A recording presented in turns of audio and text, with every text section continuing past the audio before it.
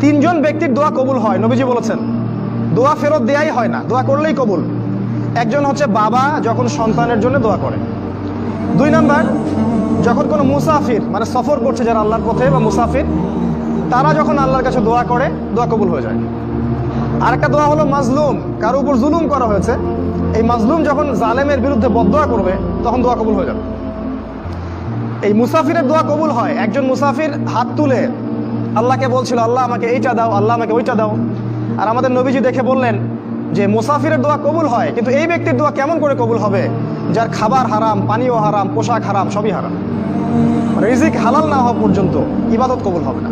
তাই যাবতীয় সুদ, যাবতীয় ঘুষ, এই যে হারাম রিজিক, হারাম পণ্যের ব্যবসা, এগুলো থেকে তওবা না করা পর্যন্ত ইবাদত তো কবুল হবেই না, আপনি ইবাদতের স্বাদ পাবেন না। এই যে নামাজ পড়েন, রোজা রাখেন, অনেক কিছু করেন, হজ করেন, স্বাদ পান না, আত্মতৃপ্তি পান না।